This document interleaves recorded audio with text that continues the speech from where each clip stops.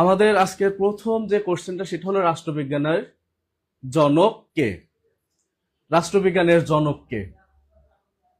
আমি আশা করব এই কোশ্চেনের অ্যান্সার আমার মনে হয় প্রত্যেক শিক্ষার্থী পারবে। আশা করি প্রত্যেক শিক্ষার্থী পারবে। আমরা একটু কমেন্টস করি রাষ্ট্রবিজ্ঞানের জনক কে।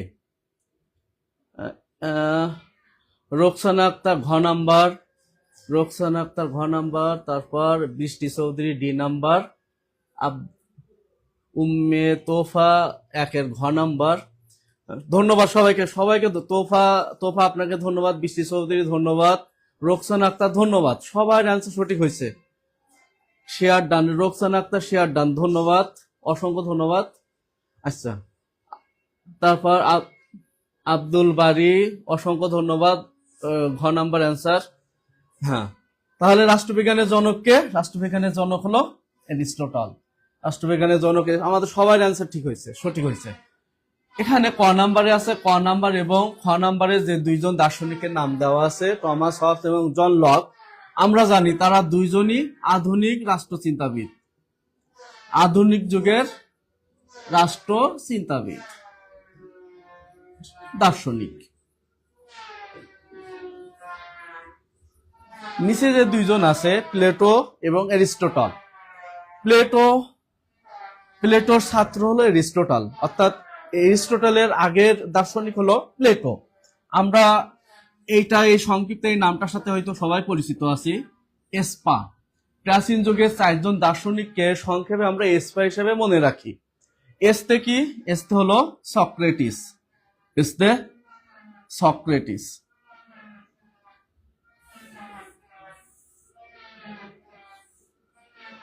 এসতে সক্রেটিস।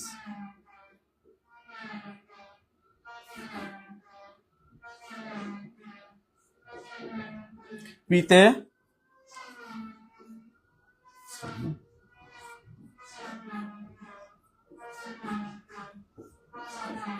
প্লেটো, এতে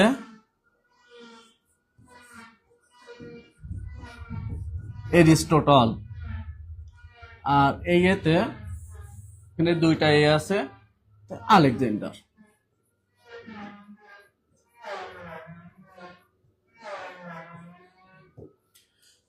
সক্রেটিসের ছাত্রের নাম হলো প্লেটো, প্লেটোর ছাত্রের নাম অ্যারিস্টটল, অ্যারিস্টটলের ছাত্রের নাম আলেকজান্ডার। তা সক্রেটিস এবং প্লেটো তাদের দুইজনকে রাষ্ট্রবিজ্ঞানের জনক বলা হয় না। রাষ্ট্রবিজ্ঞানের জনক বলা হয় কাকে? অ্যারিস্টটলকে। কারণ সক্রেটিসকে রাষ্ট্রবিজ্ঞানের জনক না বলার কারণ হলো সক্রেটিসের রাষ্ট্রবিজ্ঞান রিলেটেড কোনো বই পাবলিশ হয় নাই, তার কোনো বই নাই, এবং তার একটা নিজস্ব একটা মেথড আছে, সক্রেটিস মেথড, যেটা সবাই আমরা পরিচিত যে মেথডটার সাথে। সেই মেথডটার মূল কথা হলো সে যখনই কাউকে শেখাতে চায় সে কোশ্চেন দিয়ে শেখায়, এবং সে মানুষের নৈতিকতা, মূল্যবোধ এই রিলেটেড তার শিক্ষাদানের পদ্ধতি। যার কারণে তার পদ্ধতিটাকে তাকে রাষ্ট্রবিজ্ঞানের জনক বলা হচ্ছে না, যেহেতু তার পাঠ্যসূচি নির্ভর বা একাডেমিক নির্ভর কোনো রাইটিং নাই। তারপর তার ছাত্র প্লেটো, প্লেটোকে কেন রাষ্ট্রবিজ্ঞানের জনক বলা হয় না? প্লেটোকে রাষ্ট্রবিজ্ঞানের জনক না বলার মূল কারণ যেটা, সেটা হলো সে হলো কাল্পনিক দার্শনিক। সে কোন দার্শনিক? আমরা এই কথাটা একটু মনে রাখবো, এই কথাটা আমাদের মনে রাখতে হবে, কারণ এটা আমাদের বিভিন্ন পরীক্ষায় আসতে পারে যে প্লেটো কোন ধরনের দার্শনিক? কাল্পনিক দার্শনিক। সে শুধু কল্পনা করছে। আমরা তার কল্পনার মূল জায়গা হলো আদর্শ রাষ্ট্র, অর্থাৎ সে পৃথিবীতে এমন একটা রাষ্ট্র প্রতিষ্ঠা করতে চেয়েছিল যে রাষ্ট্রটা আমরা জান্নাত বা স্বর্গ নরককে যেভাবে কল্পনা করি, স্বর্গ মানে সেখানে শুধু সুখ আর সুখ, জান্নাত মানে সেখানে সুখ আর সুখ, কিন্তু মানব চক্ষু কখনো জান্নাতকে দেখে নাই, মানব চক্ষু কখনো স্বর্গকে দেখে নাই। কিন্তু আমরা কল্পনা করি সে রাজ্যে সেখানে কোনো হাঙ্গামা থাকবে না, সেখানে কোনো আইন শৃঙ্খলা, সেখানে মানুষ কোনো খারাপ কাজ করবে না, সেখানে মানুষের সুখ আর সুখ থাকবে। তো এই সুখটাকে আমরা কল্পনা করি। আর প্লেটো যেটা করছে, প্লেটো এমন একটা রাষ্ট্র পৃথিবীতে প্রতিষ্ঠা করতে চাইছে, সে রাষ্ট্রটা হলো একটা আমাদের বেহেশতের মতন একটা রাষ্ট্র, কিন্তু পৃথিবীতে সেই রাষ্ট্র কখনো প্রতিষ্ঠা হয় নাই।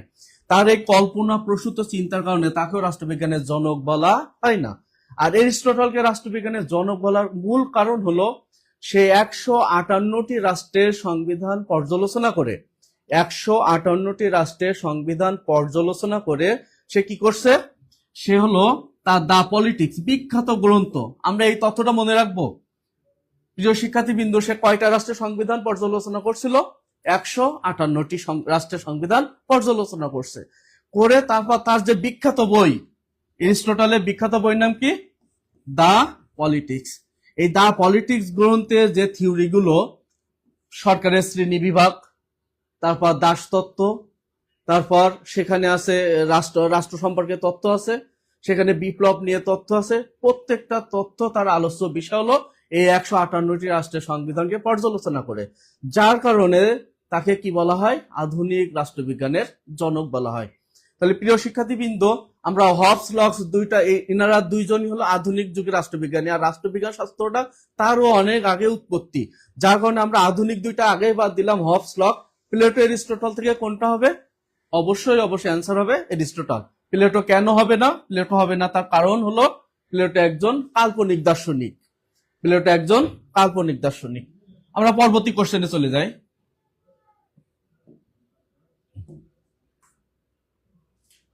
পরবর্তী আমাদের যে কোশ্চেনটা, সেটা হলো পলিটিক্যাল সায়েন্স শব্দটি কোন গ্রিক শব্দ থেকে এসেছে?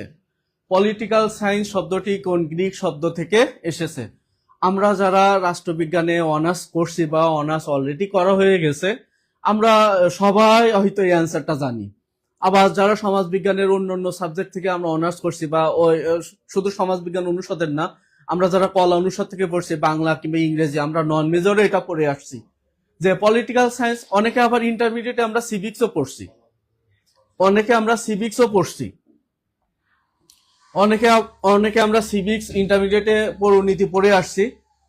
সেখানে আমরা নিশ্চিত আমরা এই কোশ্চেন সম্পর্কে আমরা অবগত আছি যে পলিটিক্যাল সায়েন্স শব্দটি দুটি গ্রিক শব্দ থেকে আসছে, দুটি গ্রিক শব্দ থেকে উৎপত্তি। শব্দ দুটি হলো পলিস অবলিক পলিটাস। এই দুইটা শব্দ থেকে রাষ্ট্রবিজ্ঞানের পলিটিক্যাল শব্দটির উৎপত্তি। পলিস শব্দের অর্থ নগর রাষ্ট্র।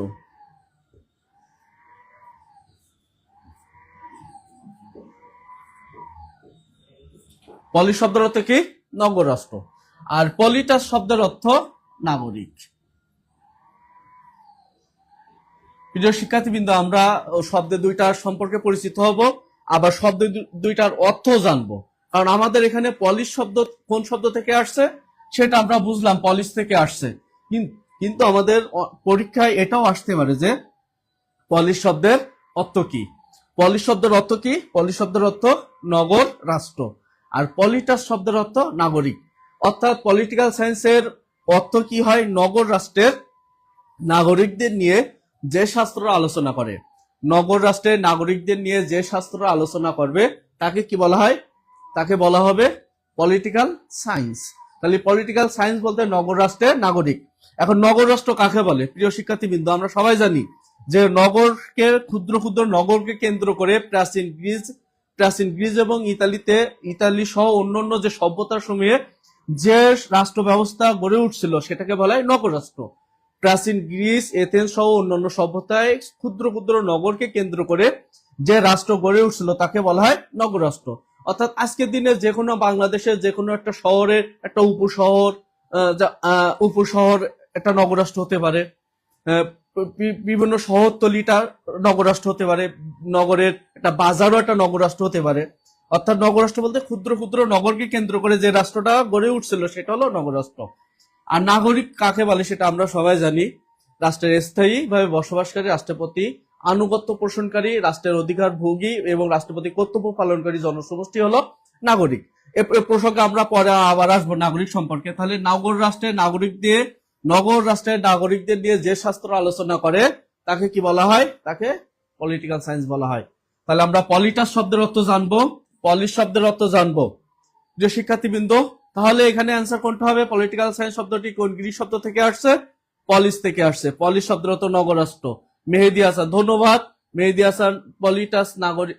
তারপর হলো শারমিন ক নাম্বার অ্যান্সার, রোকসানা আক্তার ক নাম্বার অ্যান্সার। ধন্যবাদ রোকসানা আক্তারকে, ধন্যবাদ শারমিন আক্তারকে, ধন্যবাদ। বৃষ্টি চৌধুরী 2 এর ক নাম্বার অ্যান্সার। হ্যাঁ, 2 এর ক নাম্বার অ্যান্সার হবে। তাহলে 2 এর অ্যান্সার হবে আমাদের ক নাম্বার। যে শিক্ষার্থীবৃন্দ, তাহলে আমরা মনে হয় এটা বুঝতে পারছি যে অ্যান্সার কোনটা হবে, পলিস হবে। তারপর পরের কোশ্চেনটা যাই।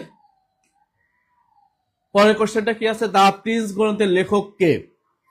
এটা খুবই সহজ একটা কোশ্চেন, এবং রাষ্ট্রবিজ্ঞানে আমরা যারা পড়ছি তারা তো আমরা সবাই জানি, এবং অন্যান্য শাস্ত্রে যারা আছে তারাও জানি। কারণ কি, এটা আমাদের সাধারণ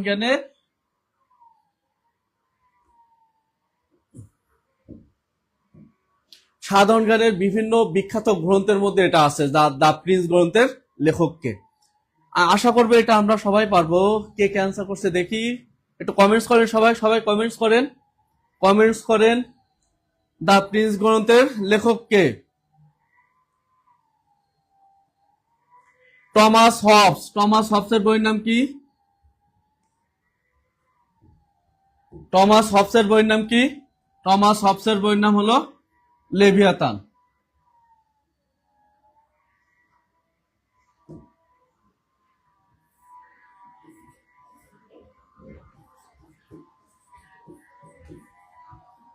টমাস হবসের বইয়ের নাম লেভিয়াতান।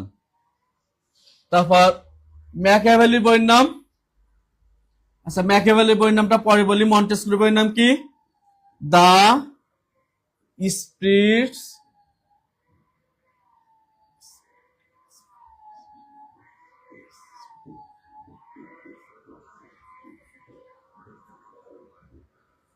The spirit of laws. আর জন লকের বইয়ের নাম, জন লকের বইয়ের নাম two treaties on civil government. Two treaties on civil government. Two treaties on civil government. ম্যাকিয়াভেলির বইয়ের নাম কি? The prince. The prince. তাহলে অ্যান্সার কি হবে? অ্যান্সার হবে ইয়া দিছে খ নাম্বার অ্যান্সার, মুক্তার রহমান খ নাম্বার অ্যান্সার, রোকসানা আক্তার খ নাম্বার অ্যান্সার। সবাইকে ধন্যবাদ। সবাই রোকসানা আক্তার প্রতিবার সঠিক অ্যান্সার দিছে। বৃষ্টি চৌধুরী প্রতিবার সঠিক অ্যান্সার দিছে। দুইজনকে অনেক ধন্যবাদ। তারপর ইসমত জাহান, হানি ইসমত জাহান খ নাম্বার অ্যান্সার, ধন্যবাদ। মেহেদি হাসান ম্যাকিয়াভেলি, হ্যাঁ ম্যাকিয়াভেলি। তাহলে দা প্রিন্স গ্রন্থের লেখককে? ম্যাকিয়াভেলি। পাশাপাশি আমরা টমাস হবসের বইয়ের নামটা একটু জেনে রাখবো। টমাস হবসের বইয়ের নাম হলো লেভিয়াথান। লেভিয়াথান বলতে টমাস হবস যার হাতে রাষ্ট্র ক্ষমতা। টমাস হবস তো বিখ্যাত রাষ্ট্রবিজ্ঞানে, বিখ্যাত এই জন্য যে সে হলো সামাজিক চুক্তিবাদী একজন দার্শনিক, এবং তার সামাজিক চুক্তির মাধ্যমে যে রাষ্ট্রটা সৃষ্টি হয়েছে, সে রাষ্ট্রের সে যার হাতে শাসন ক্ষমতা দিতে চাইছিল সে হলো লেভিয়াথান। লেভিয়াথানকে একজন শাসক, অর্থাৎ আমরা আজকের দিনে ধরো বাংলাদেশের শাসককে আমরা প্রধানমন্ত্রী বলি, কোন দেশের শাসককে আমরা রাজা বা রানীও বলি, তাই না? রাষ্ট্রপতিও হয়, রাষ্ট্রপতিও বলি, তাই না? কিন্তু টমাস হব যার হাতে ক্ষমতা দিতে চাইছিল তার নাম হলো লেভিয়াথান। লেভিয়াথান হলো শাসক। ম্যাকিয়াভেলি দা প্রিন্স গ্রন্থে আমরা জানি যে দা প্রিন্স গ্রন্থে সে শাসককে কি বলছিল, শাসককে কেমন হওয়া উচিত, শাসককে একটা সিংহর মতো শক্তিশালী এবং শেয়ালের মতো দ্রুত চালাক হওয়া উচিত, তাই না? এই কথাগুলো আমরা সবাই জানি। দ্য মন্টেস্কুয়ে স্পিরিট অফ লস, এটা একটা বিখ্যাত গ্রন্থ। এই গ্রন্থে যে তথ্যটা আলোচনা করা আছে, তথ্যটা একটু আমরা জানি, সেটার নাম কি? ক্ষমতা স্বতন্ত্রীকরণ নীতি। অর্থাৎ সরকারের 3টা বিভাগকে তিনি কি করছে? স্বতন্ত্র করে দেওয়ার পক্ষে। অর্থাৎ একটা বিভাগ আর একটা বিভাগের কাজে হস্তক্ষেপ করবে না। এটা হলো দ্য স্পিরিট অফ লস গ্রন্থের মুখ্য আলোচ্য বিষয়। তারপর two treaties on civil government, John Locke, ইনিও একজন সামাজিক চুক্তিবাদী লেখক। ইনার মতে দুইটা, এনার বইয়ের নামই আছে টু ট্রিটিস, অর্থাৎ 2টা চুক্তি হয়। অর্থাৎ টমাস হবসের সেখানে শাসককে কখনো চুক্তির মধ্যেও নিয়ে আসেনি, সেখানে শাসকরা, জনগণ নিজেরাই চুক্তি করে শাসকের হাতে ক্ষমতা অর্পণ করে। আর জন লকের এখানে যেটা হয়, সেখানে সে 2টা চুক্তির কথা বলে, যে জনগণ আগে নিজেদের মতো একটা চুক্তি করে, তারা আগে চুক্তি করে নিয়ে তারা শাসনভার, সার্বভৌম ক্ষমতা কার হাতে দিবে সেটা পরে গিয়ে শাসকের সাথে চুক্তি করে। অর্থাৎ চুক্তি সেখানে 2টায়, একটা জনগণ নিজেদের মধ্যে একটা চুক্তি করে, পরে হলো শাসকের সাথে চুক্তি করে। আচ্ছা, এই বিষয়ে আমাদের পরবর্তীতে আবার আলোচনা আছে, সেখানে আমরা আলোচনা করব। তাহলে আমরা গ্রন্থগুলোর নাম মনে রাখবো: মন্টেস্কুর, দ্য স্পিরিট অফ লাভ, হবসের লেভিয়াথান, জন লকের two treaties on civil government. পরবর্তী কোশ্চেনে আসি আমরা। পরবর্তী কোশ্চেনটা কি? নিচের কোনটি রাষ্ট্রবিজ্ঞানের আলোচনার বিষয় নয়? রাষ্ট্রবিজ্ঞান কোন বিষয় নিয়ে আলোচনা করে, তাই না? আচ্ছা, রাষ্ট্রবিজ্ঞানের মুখ্য আলোচ্য বিষয় কি? এই কোশ্চেনটা যদি আমাদের আসতে পারে, এই কোশ্চেনটা একটা গুরুত্বপূর্ণ কোশ্চেন, যে রাষ্ট্রবিজ্ঞানের মুখ্য আলোচ্য বিষয়, মুখ্য আলোচ্য বিষয়, রাষ্ট্রবিজ্ঞানের মুখ্য আলোচ্য বিষয় কি? রাষ্ট্র এবং রাষ্ট্র রিলেটেড যা আছে সেটা হলো রাষ্ট্রবিজ্ঞানের মুখ্য আলোচ্য বিষয়। আমাদের এখানে আরো একটা কোশ্চেন চলে আসে, সেটা হলো পৌরনীতির মুখ্য আলোচ্য বিষয় কি? যেহেতু রাষ্ট্রবিজ্ঞানের ছোট ভাই হলো পৌরনীতি, পৌরনীতির মুখ্য আলোচ্য বিষয় নাগরিক। তাহলে পৌরনীতির দুইটা কোশ্চেন আমরা মনে রাখবো। প্রিয় শিক্ষার্থীবৃন্দ, আমরা দুইটা কোশ্চেনের অ্যান্সার মনে রাখবো, যে পৌরনীতির মুখ্য আলোচ্য বিষয় নাগরিক আর রাষ্ট্রবিজ্ঞানের মুখ্য আলোচ্য বিষয় রাষ্ট্র।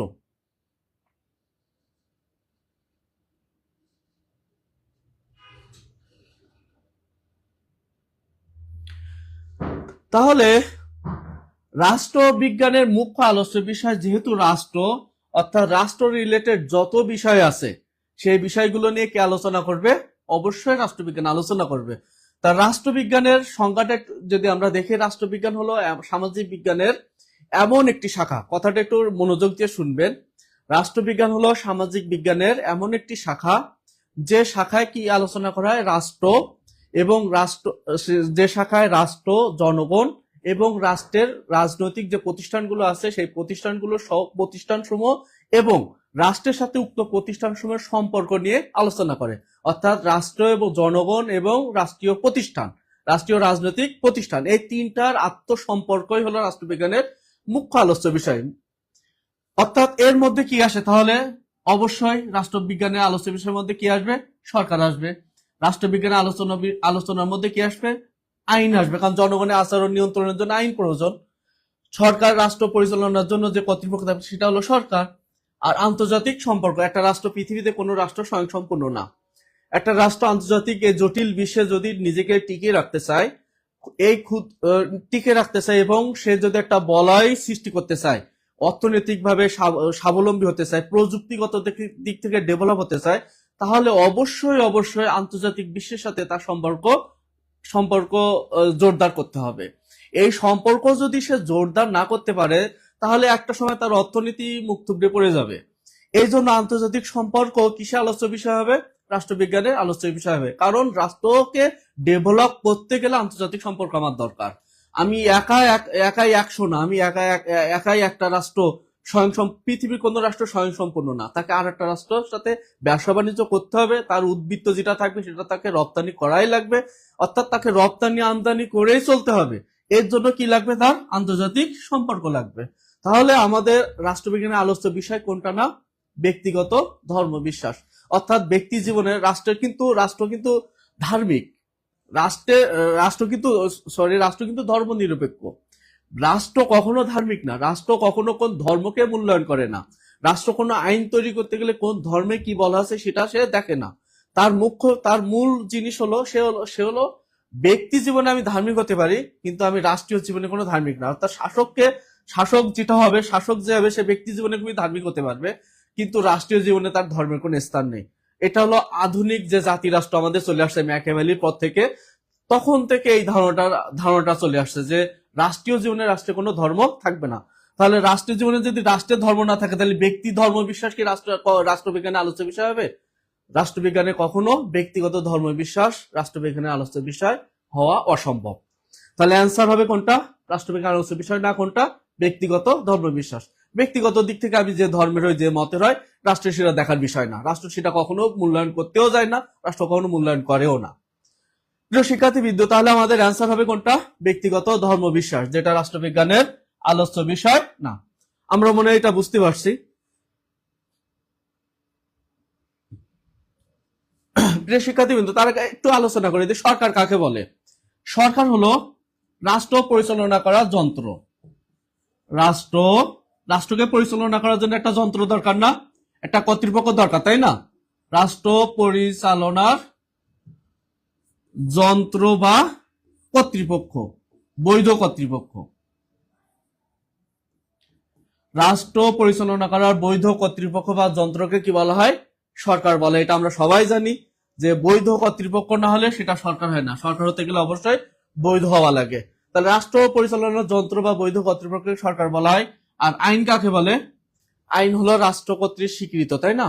রাষ্ট্র কর্তৃক স্বীকৃত এমন কিছু বিধিবিধান বা নিয়ম কানুন যা অমান্য করলে শাস্তি পেতে হয়। অর্থাৎ আইনের সাথে একটা বিষয় জড়িত, সেটা হলো শাস্তি। আর আইন হতে গেলে অবশ্যই রাষ্ট্রের অনুমোদন থাকা লাগে। রাষ্ট্রের অনুমোদন, রাষ্ট্রের স্বীকৃতি না হলে সেটা কখনো আইন আইন হতে পারে না। আর আইনের সাথে পরোক্ষভাবে প্রত্যক্ষভাবে যেটা জড়িত সেটা হলো শাস্তি। আর আন্তর্জাতিক সম্পর্ক ব্যাখ্যা করছিলাম। আমরা পরের কোশ্চেনে যাই। 5 নাম্বার কোশ্চেন কি? রাষ্ট্রের প্রধান উপাদান কয়টি?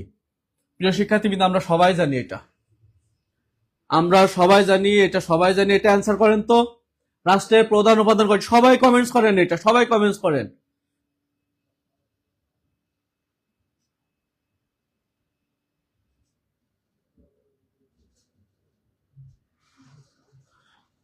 মুক্তার রহমান গ নাম্বার অ্যান্সার, রাষ্ট্রের উপাদান গ নাম্বার। রোকসানা আক্তার গ নাম্বার, বৃষ্টি চৌধুরী গ নাম্বার, শিলামণি গ নাম্বার, ইসমাত জাহান হানি গ নাম্বার, ঋতু বৈরাগী গ নাম্বার। সবাইকে ধন্যবাদ। সবাই, ঋতু বৈরাগী ধন্যবাদ, ঋতু বৈরাগী অসংখ্য ধন্যবাদ, বৃষ্টি চৌধুরী অসংখ্য ধন্যবাদ। সবাই অ্যান্সার সঠিক দিছে, সবাই। রোকসানা আক্তার গ নাম্বার, হিয়া 4টি, হ্যাঁ 4টি। রাষ্ট্রের উপাদান কয়টি? 4টি। রাষ্ট্রের উপাদান 4টি। 4টি কি কি? 1 নাম্বার কি? 1 নাম্বার হলো নির্দিষ্ট ভূখণ্ড। রাষ্ট্রের উপাদান, প্রথম যে উপাদান, সে উপাদানটা কি? নির্দিষ্ট ভূখণ্ড। এটাও কিন্তু একটা কোশ্চেন যে রাষ্ট্রের প্রথম উপাদান কোনটি? প্রথম হলো নির্দিষ্ট ভূখণ্ড, দ্বিতীয় উপাদান হলো জনগণ, 3 নাম্বার উপাদান সরকার, আর 4 নাম্বার সার্বভৌমত্ব।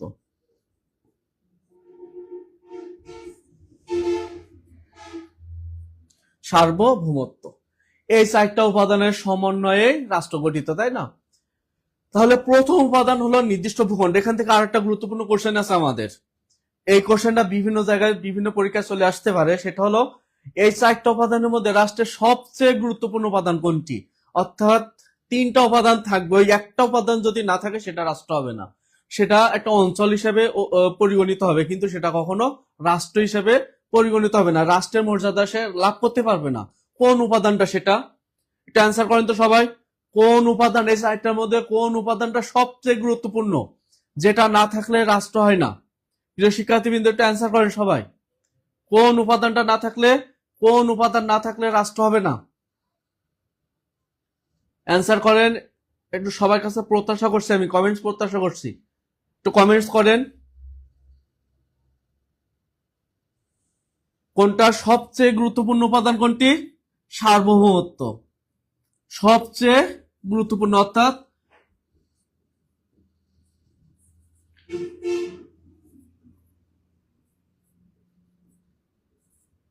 রাষ্ট্র হতে গেলে তাকে অবশ্যই কি হওয়া লাগবে? সার্বভৌমত্ব অর্জন করা লাগবে। যদি রাষ্ট্রের সার্বভৌমত্ব না থাকে তাহলে সেখানে হয়তো দেখা যাচ্ছে নির্দিষ্ট ভূখণ্ড আছে, জনগণ আছে, সরকারও আছে, কিন্তু তার কি নাই? সার্বভৌমত্ব নাই। এক সার্বভৌমত্ব না থাকলে তার কি হবে না? সে স্বাধীন রাষ্ট্র হিসাবে পরিগণিত হবে না, সে রাষ্ট্রই হবে না, তাকে রাষ্ট্রই বলা যাবে না। তাহলে রাষ্ট্র বলা যাবে না কোনটা না থাকলে? সার্বভৌমত্ব না থাকলে তাকে রাষ্ট্র বলা যাবে না।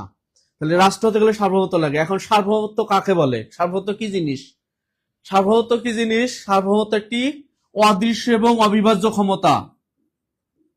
অদৃশ্য ও অবিভাজ্য ক্ষমতা মানে সার্বভৌমত্ব ভাগ করা যায় না, সার্বভৌমত্ব দেখা যায় না। সার্বভৌমত্ব যদি পৃথিবীর কোনো ভূখণ্ডে সার্বভৌমত্ব থাকে তাহলে ওই ভূখণ্ড 2টা কাজ করতে পারে, স্বাধীনভাবে সে 2টা কাজ করতে পারে। ওই 2টা কাজে কোনো রাষ্ট্র, পৃথিবীর কোনো রাষ্ট্র তাকে হস্তক্ষেপ করতে পারবে না। একটা হলো সে নিজের ভূখণ্ড সে নিজের ভূখণ্ডের অভ্যন্তরীণ নিয়ম শৃঙ্খলা নিজে রক্ষা করতে পারবে, একটা কাজ। আর দুই নাম্বার কাজ হলো অন্য রাষ্ট্র তাকে আক্রমণ করতে পারবে না। অর্থাৎ পৃথিবীর যে রাষ্ট্র নিজেকে সার্বভৌমত্ব বলে দাবি করে আর সার্বভৌমত্ব আছে দাবি করে, সেই রাষ্ট্র স্বাধীনভাবে দুইটা কাজ করতে পারবে, যে নিজের অভ্যন্তরীণ নিয়ম শৃঙ্খলা নিজে রক্ষা করতে পারবে, পাশাপাশি অন্য রাষ্ট্র তাকে কি করতে পারবে না, আক্রমণ করতে পারবে না। এই সার্বভৌমত্ব কিভাবে অর্জন হয়? আমরা সার্বভৌমত্ব সংজ্ঞা বুঝলাম, সার্বভৌমত্ব কেমন সেটাও বুঝলাম, যে অদৃশ্য এবং অবিভাজ্য। সরকারের এই তিনটা উপাদান দেখা যায়, ভূখণ্ড, নির্দিষ্ট ভূখণ্ড আমরা দেখতে পাই, জনগণও দেখা যায়, সরকারও দেখা যায় না শুধু সার্বভৌমত্ব।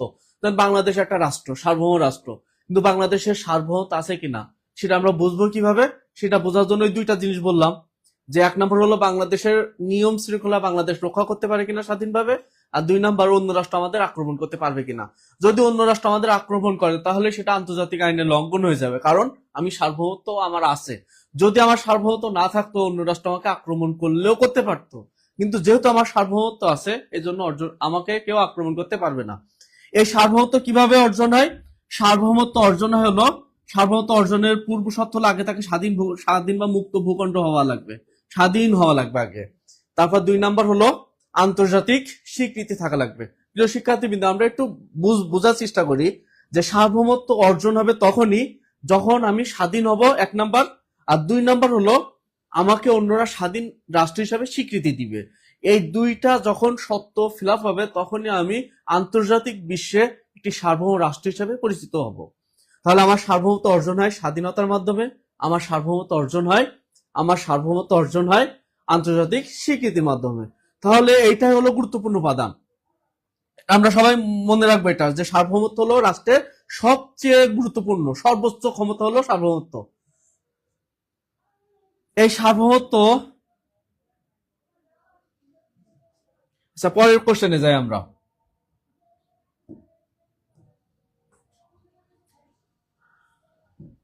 পরের যে কোশ্চেনটা, পৃথিবীতে বর্তমানে স্বাধীন রাষ্ট্রের সংখ্যা প্রায় কতটি? পৃথিবীতে কতটি স্বাধীন রাষ্ট্র আছে?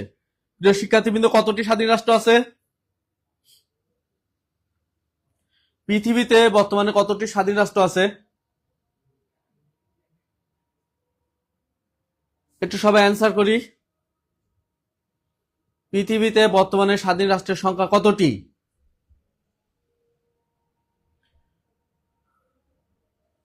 সবাই অ্যান্সার করি, দেখি কে কে অ্যান্সার করছে।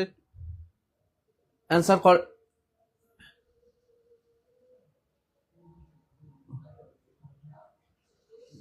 হ্যাঁ, পৃথিবীতে স্বাধীন রাষ্ট্রের সংখ্যা কতটি? পৃথিবীতে স্বাধীন রাষ্ট্রের সংখ্যা 193টি। কতটি হবে? 193টি। আর 102টি রাষ্ট্রকে, জাতিসংঘভুক্ত দেশগুলোকে স্বাধীন রাষ্ট্র, জাতিসংঘভুক্ত দেশ হলো কতটি?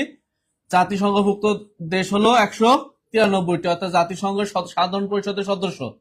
জাতিসংঘের সাধারণ পরিষদের সদস্য কতজন?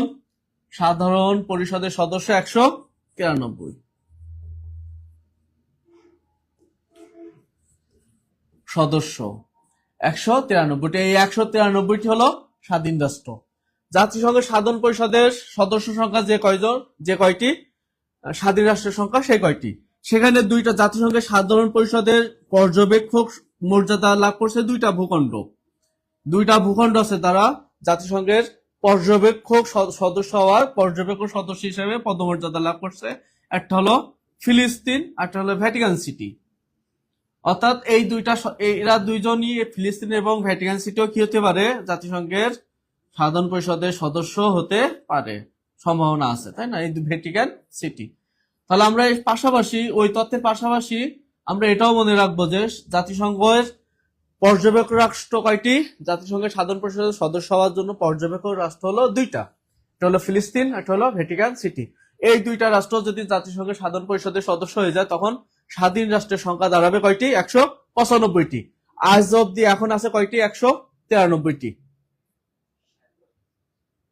একটু বেশি বেশি শেয়ার করেন সবাই, প্রিয় শিক্ষার্থীবৃন্দ। আজকে দেখছি শেয়ার কম আছে, শেয়ার অনেক কম। আমরা শেয়ার করি, আমরা কমেন্টসও কম হচ্ছে, কমেন্টস করি বেশি বেশি, কমেন্টস করি বেশি বেশি, শেয়ার করি। যে বেশি শেয়ার করবে তাকে এডিটোরিয়ালের পক্ষ থেকে একটা টি শার্ট উপহার দেওয়া হবে। আমরা বেশি বেশি শেয়ার করি, আমাদের আমাদের বান্ধবীরা, আমাদের বন্ধুরা সবাই এই ক্লাস থেকে উপকৃত হোক, এই প্ল্যাটফর্ম থেকে উপকৃত হোক।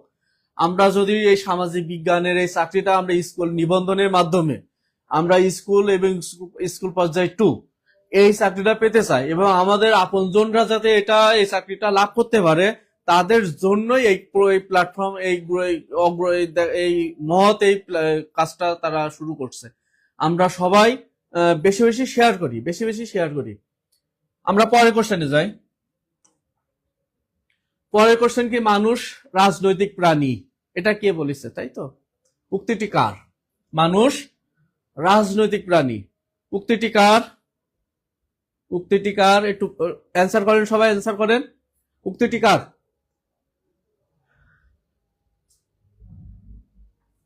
প্লেটোর একটা বিখ্যাত কথা আছে। প্লেটোর বিখ্যাত কথা কি? যে জ্ঞানীরা কথা বলে কারণ তাদের কথা বলতে হবে, নির্বোধরা কথা বলে কারণ তাদের কথা একটু ওলটপালট হলো। প্লেটোর কথা হলো জ্ঞানীরা কথা বলে কারণ তাদের কথা বলার প্রয়োজন আছে, আর নির্বোধরা কথা বলে কারণ তাদের কথা বলার আছে। অর্থাৎ একটা হলো বলার আছে আর একটা হলো তাদের বলার প্রয়োজন আছে। অর্থাৎ নির্বোধরাও কথা বলে, তাই না? নির্বোধরা না বুঝেই অনেক কথা বলে, সেইটাই উনি মিন করতে চাইছে আর কি। আর এরিস্টটলের বিখ্যাত উক্তি কি? এরিস্টটলের অনেক বিখ্যাত উক্তি আছে, যেমন আমরা এটা সবাই জানি যে এরিস্টটলের কনস্টিটিউশনের একটা সংজ্ঞা আছে।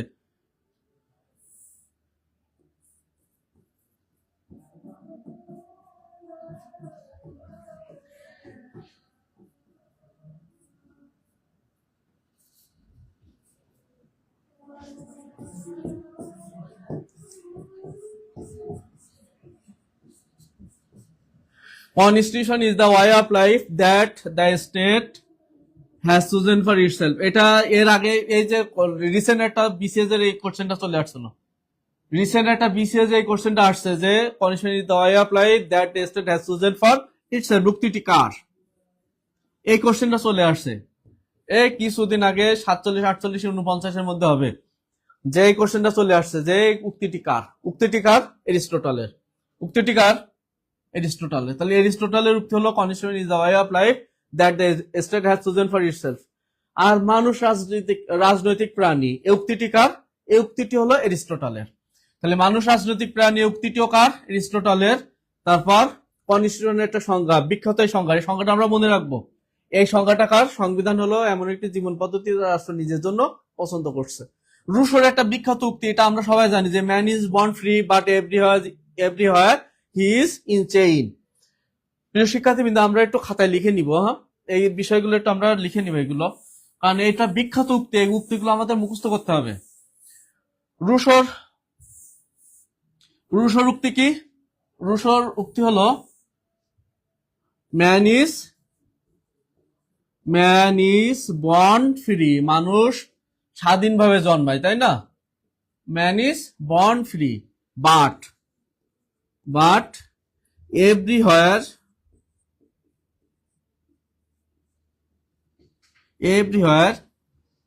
হি ইজ ইন চেইন, কিন্তু সব জায়গায় সে শৃঙ্খলাবদ্ধ। এই উক্তিটি কার? উক্তিটি হলো রুশোর কথা, Jack Russo, the social contract গ্রন্থের নাম। এই গ্রন্থে বিখ্যাত একটা উক্তি যে মানুষ জন্মায় হলো স্বাধীনভাবে, কিন্তু সব সময় সে শৃঙ্খলাবদ্ধ। উক্তিটি কার? উক্তিটি হলো রুশোর। আর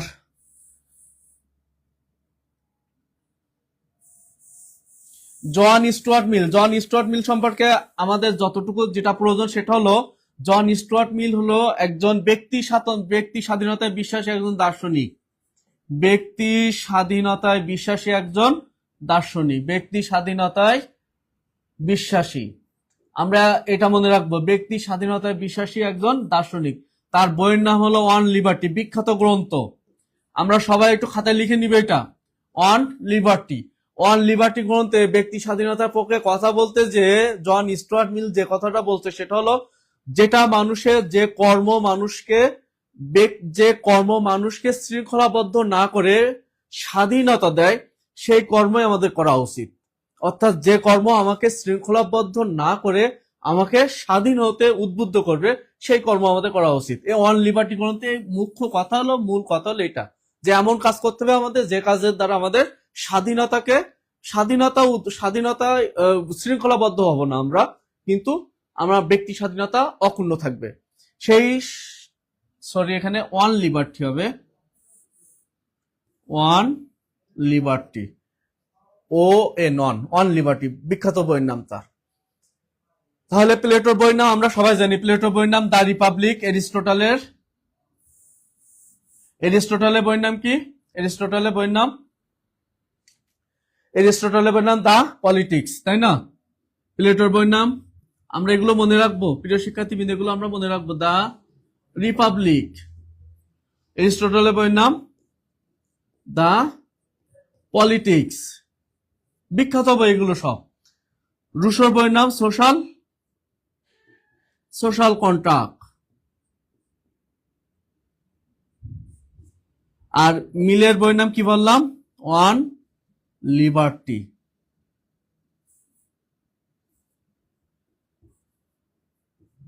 তারপর ইউটিলিটারিয়ানিজমও আছে, আমরা ওয়ান লিবার্টিটা মনে রাখলেই হবে। পরে কোশ্চেনে যাই, আমরা গ্রন্থগুলোর নামগুলো মনে রাখবো, বিখ্যাত গ্রন্থ এগুলো সব।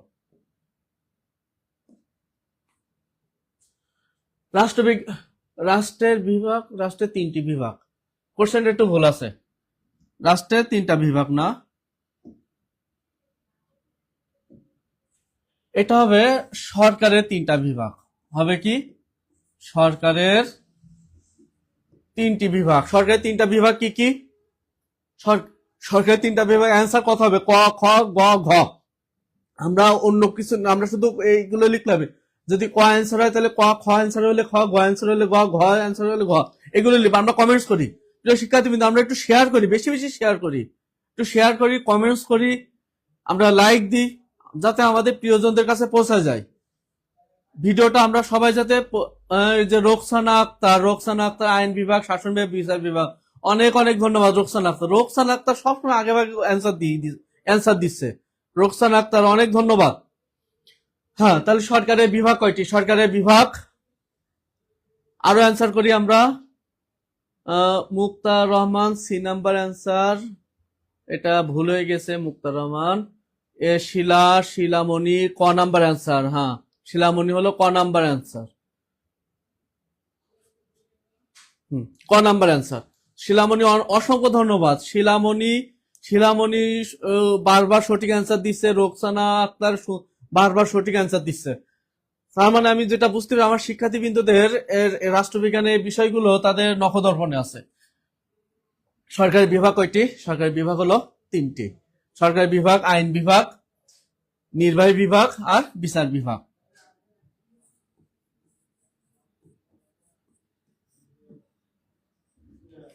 আইন বিভাগ কোনটা?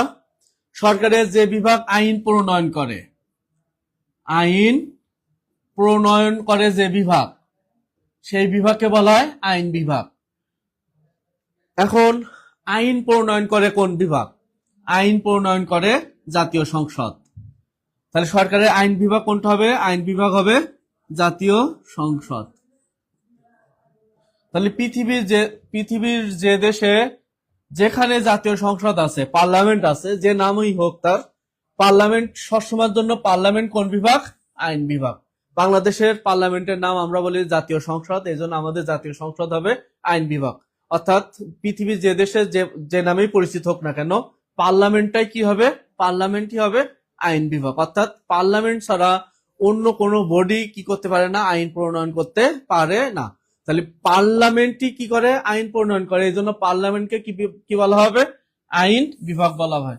তাহলে বাংলাদেশে আইন বিভাগ কোনটি? বাংলাদেশ সরকারের আইন বিভাগ কোনটা হবে?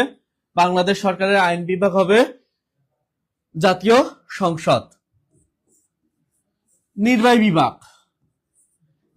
বিভাগ কোনটা? নির্বাহী বিভাগের আরেকটি নাম হলো শাসন বিভাগ। যেটাই নির্বাহী বিভাগ সেটাই শাসন বিভাগ। আর নির্বাহী বিভাগ কোনটা?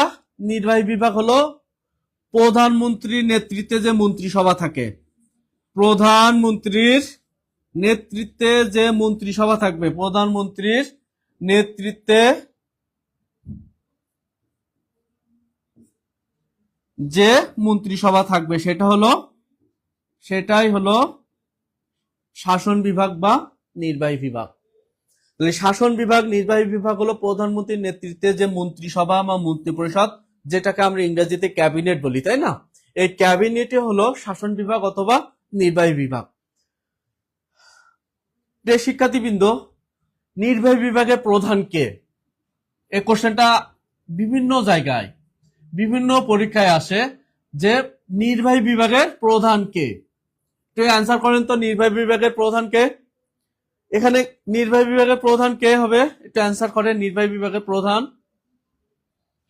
নির্বাহী বিভাগের প্রধান, এখানে কিন্তু আমি বলেই দিচ্ছি যে প্রধানমন্ত্রীর নেতৃত্বে যে মন্ত্রিসভা সেটা হলো নির্বাহী বিভাগ। তাহলে নির্বাহী বিভাগের প্রধান হলো প্রধানমন্ত্রী। নির্বাহী বিভাগের প্রধান প্রধানমন্ত্রী। তাহলে আইন বিভাগের প্রধান কে? আইন বিভাগের প্রধান কে? এটা কমেন্টস করেন তো, আইন বিভাগের প্রধান কে? আইন বিভাগের প্রধান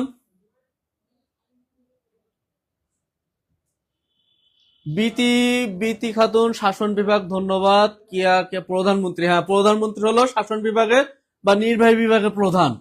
আমি কোশ্চেন যেটা জানতে চাচ্ছিলাম সেটা হলো আইন বিভাগের প্রধান কে? আইন বিভাগের প্রধান, আইন বিভাগের প্রধান কে হবে? একজন একটু অ্যান্সার করেন, একজন একটু অ্যান্সার করেন দেখি। আইন বিভাগের প্রধান, আইন বিভাগ বাংলাদেশের জাতীয় সংসদের প্রধানকে স্পিকার। তাহলে আইন বিভাগের প্রধান হবে স্পিকার, প্রধান বিচারপতি না। আইন বিভাগের প্রধানকে স্পিকার। আর একটা সরকারের 3 নম্বর বিভাগ কোনটা? বিচার বিভাগ। বিচার বিভাগ কাকে বলা হয়? যে বিভাগের ওপর রাষ্ট্রের আইন বিভাগ যে আইন প্রণয়ন করবে, ওই আইন অনুযায়ী বিচার বিভাগ কি করবে? বিচার কার্য সম্পাদন করবে। অর্থাৎ সরকারের যে বিভাগ বিচার কার্য সম্পাদন করে সেই বিভাগকে বলা হয় বিচার বিভাগ। সরকারের যে বিভাগ বিচার কার্য সম্পাদন করে সেই বিভাগকে বলা হয় বিচার বিভাগ। বাংলাদেশের বিচার বিভাগ কোন কোন প্রতিষ্ঠানকে নিয়ে গঠিত? সুপ্রিম কোর্ট, তাই না? সুপ্রিম কোর্ট সহ অন্যান্য আদালত নিয়ে বাংলাদেশের বিচার বিভাগ গঠিত। তাহলে সরকারের 3টা বিভাগ, আইন বিভাগ, নির্বাহী বিভাগ এবং বিচার বিভাগ। আমরা কোন বিভাগ? আইন বিভাগ হলো জাতীয় সংসদ, নির্বাহী বিভাগ হলো মন্ত্রিসভা, বিচার বিভাগ হলো সুপ্রিম কোর্ট সহ অন্যান্য অধস্তন আদালত। আইন বিভাগের প্রধান স্পিকার, নির্বাহী বিভাগের প্রধান প্রধানমন্ত্রী, বিচার বিভাগের প্রধান বিচারপতি। এখন আমি একটা সাধারণ জ্ঞান কোশ্চেন করি, সরকারের প্রধান কে? সরকার প্রধান কে? কোশ্চেনটা খুবই গুরুত্বপূর্ণ একটা সাধারণ জ্ঞান এটা, যে সরকার প্রধান কে। আর একটা কোশ্চেন করি, রাষ্ট্রপ্রধান কে? 2টা কোশ্চেন ইম্পর্টেন্ট, বিভিন্ন চাকরি পরীক্ষায় 2টা কোশ্চেন চলে আসছে যে রাষ্ট্রপ্রধান হলো রাষ্ট্রপতি, সরকার প্রধান প্রধানমন্ত্রী। সরকার প্রধান, তাহলে এই কোশ্চেন আমাদের শুধু রাষ্ট্রবিজ্ঞানের জন্য দরকার এমনটা না, এটা আমাদের সাধারণ জ্ঞানেরটা, যে সরকার প্রধানকে প্রধানমন্ত্রী, আর রাষ্ট্রপ্রধান রাষ্ট্র আছে যেহেতু আমরা রাষ্ট্রপতি, যেহেতু রাষ্ট্র আছে এই জন্য কি হবে? রাষ্ট্রপতি হবে। রাষ্ট্র আছে মানে রাষ্ট্রপতি, আর সরকার প্রধান হবে প্রধানমন্ত্রী। আমরা এটা মনে রাখবো, এটা কিন্তু আমাদের সাধারণ জ্ঞান।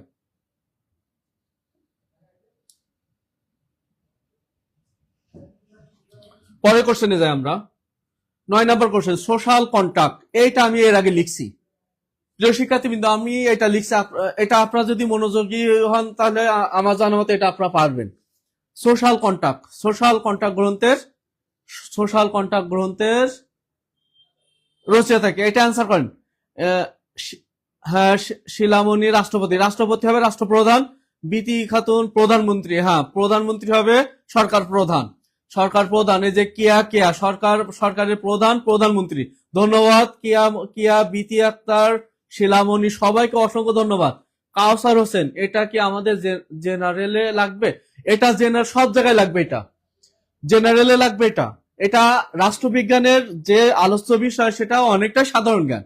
বাংলাদেশের রাষ্ট্রবিজ্ঞানের সিলেবাসটা এমন ভাবে সাজানো হয়েছে যে এটা সম্পূর্ণ সাধারণ জ্ঞানকে কভার করে। এই জন্য আমরা যারা সামাজিক বিজ্ঞানেরও না তারাও আমরা ক্লাসটা মনোযোগ দিয়ে শুনবো।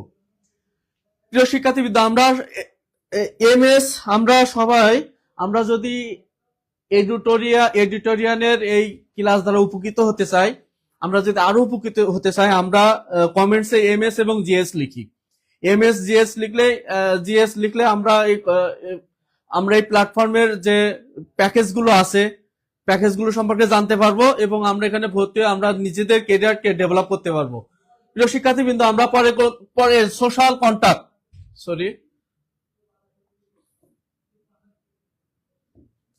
সোশ্যাল কন্টাক্ট গ্রন্থের লেখক কে? খ number answer Rousseau, Roksana Rousseau, Kartik Chandra Rousseau, Brishti B number, Muktar B number, Kartik Rousseau, তারপর রোকসানা আক্তার। স্যার ক্লাসটা 4টা নেবেন, এখন তো নামাজের সময়। আচ্ছা, আমরা দেরি হয়ে গেল আমাদের। জন লকের বইটা আমি ওই সময় লিখছিলাম টু ট্রিটিস, বিখ্যাত গ্রন্থ। এগুলো গ্রন্থের নাম আমাদের সবাই মনে রাখতে হবে। Two treaties on civil Government, সবাই মনে রাখা লাগবে।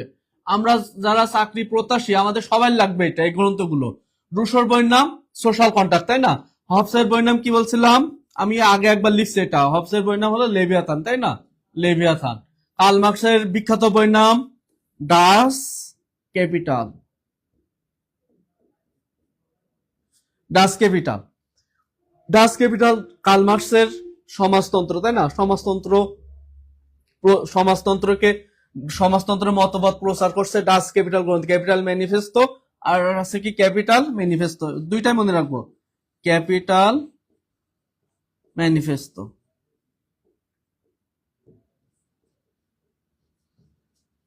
দুইটা গ্রন্থের নামে আমরা মুখস্থ করব, ক্যাপিটাল ম্যানিফেস্টো এবং ডাস ক্যাপিটাল, দুইটা ইম্পর্টেন্ট কার্ল মার্কসের। হবসের লেভিয়াথান, রুশোর সোশ্যাল কন্ট্রাক্ট, জন লকের two treaties on civil government.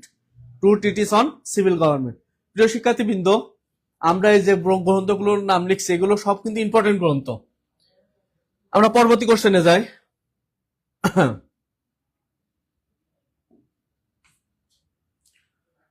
আধুনিক রাষ্ট্রের বৈশিষ্ট্য।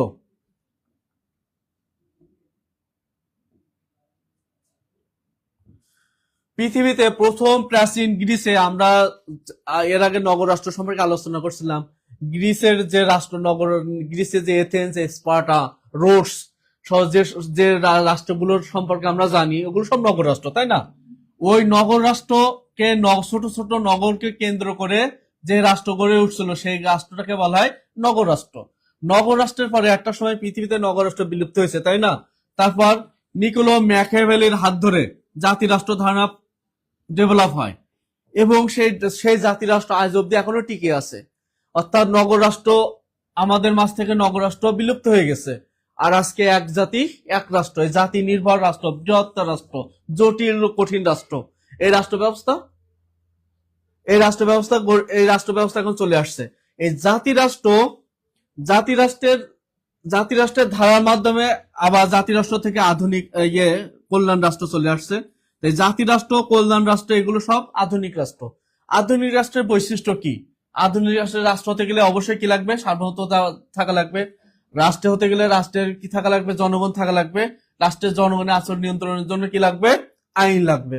অর্থাৎ আধুনিক রাষ্ট্র হতে গেলে তিনটাই লাগবে। সার্বভৌমত্ব লাগবে, জনগণও লাগবে, আইনও লাগবে, তিনটাই প্রয়োজন। অর্থাৎ তাহলে এখানে অ্যান্সার কি হবে? সবগুলো, তাই তো? সবগুলো অ্যান্সার হবে।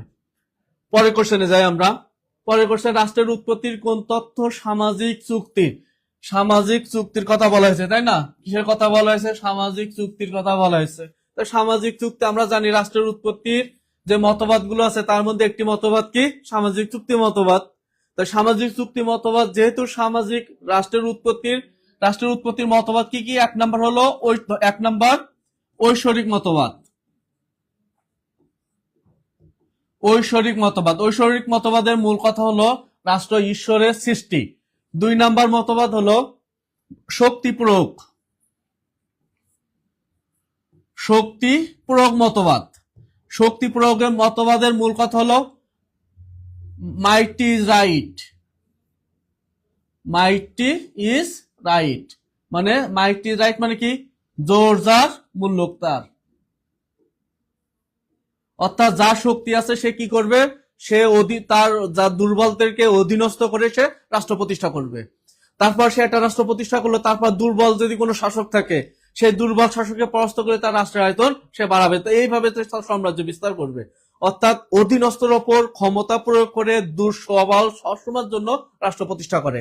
এই জন্য শক্তি প্রয়োগ মতবাদ, শক্তি প্রয়োগ মতবাদের নাম হয় আর একটা নাম, যেটা নাম দেওয়া হয় সেটা হলো জোরজার মুল্লুক তার।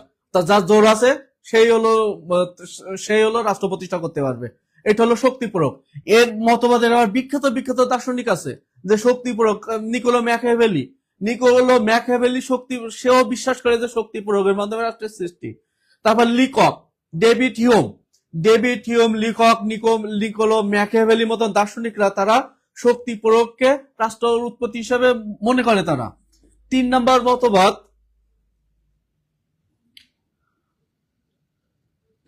মতবাদ হলো পিতৃতান্ত্রিক। অর্থাৎ পিতা হবে পরিবারের প্রধান। পিতা যেহেতু পরিবারের প্রধান, তাহলে পিতার মাধ্যমে যে সমাজ, একটা গোত্রের একটা সময় সে কি হতে পারে, তার ক্ষমতা, তার মর্যাদা, পদমর্যাদার ফলে সে গোত্র প্রধান হতে পারে। গোত্র প্রধান থেকে সম্প্রদায়ের প্রধান, এভাবে সে একটা সময় একটা রাষ্ট্রের প্রধান হবে। অর্থাৎ রাষ্ট্রের প্রধান পিতাই হবে। অর্থাৎ পিতা মানে কি, ছেলে পুরুষ হবে, মেয়েরা কখনো রাষ্ট্রপ্রধান হতে পারবে না। এই মতবাদের কথা হলো, মতবাদের অনুযায়ী পিতা হবে রাষ্ট্রের প্রধান। অর্থাৎ পিতৃতান্ত্রিকের মাধ্যমে রাষ্ট্রের সৃষ্টি হতে পারে। 5 নম্বর যে মতবাদ সেটা হলো, 4 নম্বর সেটা হলো মাতৃতান্ত্রিক মতবাদ। অর্থাৎ মা প্রধান হয়ে, মা যদি পরিবারের প্রধান হয় এবং ওই পরিবার থেকে গোত্র সম্প্রদায় সমাজের বিস্তার ঘটে, সমাজ যদি সম্প্রসারণ হয়ে যায়, যে রাষ্ট্র সৃষ্টি হবে সেটা হবে মাতৃতান্ত্রিক ভাবে রাষ্ট্রের উৎপত্তি। অর্থাৎ মাতৃতান্ত্রিক উপায়ে রাষ্ট্রের সৃষ্টি হলো। অর্থাৎ মাতাই প্রধান, পরিবারের প্রধান মাতা হিসেবে মাতৃতান্ত্রিক মতবাদের উৎপত্তি এখান থেকে। এখানে আমরা কয়েকটা সাধারণ জ্ঞান একটু মনে রাখি। যেমন বাংলাদেশের যদি আমরা মাতৃতান্ত্রিক পরিবার কোন উপজাতিদের আছে, এটা আমরা সবাই জানি, তাই না? একটা সাধারণ জ্ঞান যে মাতৃতান্ত্রিক কোন উপজাতিরা মাতৃতান্ত্রিক, আমরা এটা বিকল্প এভাবে মনে রাখবো, গামাখা, গাতে গারো, মতে হলো মাতৃতান্ত্রিক, খাতে হলো খাসিয়া। অর্থাৎ গারো এবং খাসিয়াদের পরিবার ব্যবস্থা কি, মাতৃতান্ত্রিক। গারো এবং খাসিয়াদের পরিবার ব্যবস্থা মাতৃতান্ত্রিক। অর্থাৎ গারোদের যদি কোনো রাষ্ট্র থাকতো সেটা মাতৃতান্ত্রিক উপায়ে সৃষ্টি হতো। তারপর হলো পরবর্তীতে মতবাদ হলো সামাজিক চুক্তি মতবাদ। 5 নাম্বার সামাজিক চুক্তি মতবাদ অর্থাৎ হলো সমাজের মানুষরা প্রথম, এখানে 3 জনের মতবাদ আছে, সে বিস্তর আলোচনা, অতগুলো আলোচনা করা যাবে না। সমাজের মানুষরা চুক্তি করে কি করছে, শাসকের কাছে ক্ষমতা অর্পণ করে রাষ্ট্র সৃষ্টি করছে। এটা হলো সামাজিক চুক্তি মতবাদের মূল কথা। অর্থাৎ সেখানে একটা সামাজিক চুক্তি হয়, সেখানে কি হয়, সামাজিক চুক্তি হয়, সমাজের মানুষ চুক্তি করে মাধ্যমে রাষ্ট্রের সৃষ্টি করছে। এই জন্য এটার নাম হলো সামাজিক চুক্তি মতবাদ। বিখ্যাত 3 জন দার্শনিক আছে সামাজিক চুক্তি মতবাদের, Hobbes, Locke, Rousseau. Locke, Rousseau এই 3 জন কি সামাজিক চুক্তিবাদী দার্শনিক। আর তারপরে 6 নাম্বার হলো রাষ্ট্রের উৎপত্তি। 6 নাম্বার বিবর্তনবাদ, যেটা হলো আধুনিক মতবাদ। রাষ্ট্রের উৎপত্তির সবচেয়ে বিজ্ঞানসম্মত মতবাদ কোনটি? বিজ্ঞানসম্মত মতবাদ হলো বিবর্তনবাদ। প্রিয় শিক্ষার্থীবৃন্দ, এই কোশ্চেনটা আমাদের আসতে পারে যে রাষ্ট্রের উৎপত্তি সংক্রান্ত সব বিজ্ঞানসম্মত পদ্ধতি কোনটি, মতবাদ কোনটি? সেটা হলো, কোন মতবাদ হবে? বিবর্তন। তাহলে বিবর্তন হলো রাষ্ট্রের একটা বিবর্তন মতবাদের একটু কথাটা একটু সহজে বলে দিই যে রাষ্ট্র উৎপত্তি হয়েছে বিভিন্ন ধাপের মাধ্যমে। রাষ্ট্র একদিনে সৃষ্টি হয়নি, বিভিন্ন ঘটনা পরিক্রমা অতিক্রম করে আজকের এই রাষ্ট্রের সৃষ্টি হয়েছে। সেখানে আগে আমরা সবাই জানি যে প্রথম পৃথিবীর আদি প্রতিষ্ঠান মানুষের সবচেয়ে আগে যে প্রতিষ্ঠানটার উৎপত্তি সেটা হলো পরিবারের পরে তারপর অন্য কিছু। এই আদি প্রতিষ্ঠান পরিবার যখন বড় হয়ে যায় তখন সেটা কি হয়ে যায়, গোত্র হয়। গোত্র বড় হয়ে গেলে সেটা হয় সম্প্রদায়। কয়েকটি গোত্র মিলে কি হয়, সম্প্রদায়। কয়েকটি সম্প্রদায় এক জায়গায় বসবাস করলে তখন সেখানে কিসের সৃষ্টি হয়, সমাজের সৃষ্টি হয়। আর সমাজ যখন বড় হয়ে যায় তখন হয় রাষ্ট্র। তখন হয় কি রাষ্ট্র। এটা হলো বিবর্তনবাদ। বিবর্তনবাদের প্রথম ধাপ, প্রথম ধাপ হলো বিবর্তনবাদের প্রথম ধাপ কি? পরিবার। পরিবারের পর কোনটা? পরিবার, কয়েকটা পরিবার মিলে একটা গোত্র, কয়েকটা গোত্র মিলে সম্প্রদায়, সম্প্রদায়ের পরে সমাজের সৃষ্টি। আর সমাজকে যখন তুমি টেনে লম্বা করবা, সমাজকে যখন সমাজকে আমরা যখন টেনে লম্বা করবো তখন সেটা কি হয়ে যাবে? রাষ্ট্র হয়ে যাবে। এটা কি, কোন থিওরি এটা? এটা হলো বিবর্তনবাদের ধাপ, সিঁড়ি। যে বিবর্তনবাদ এই পরিবার থেকে রাষ্ট্রের উৎপত্তির এই ধাপগুলো উল্লেখ করে সে।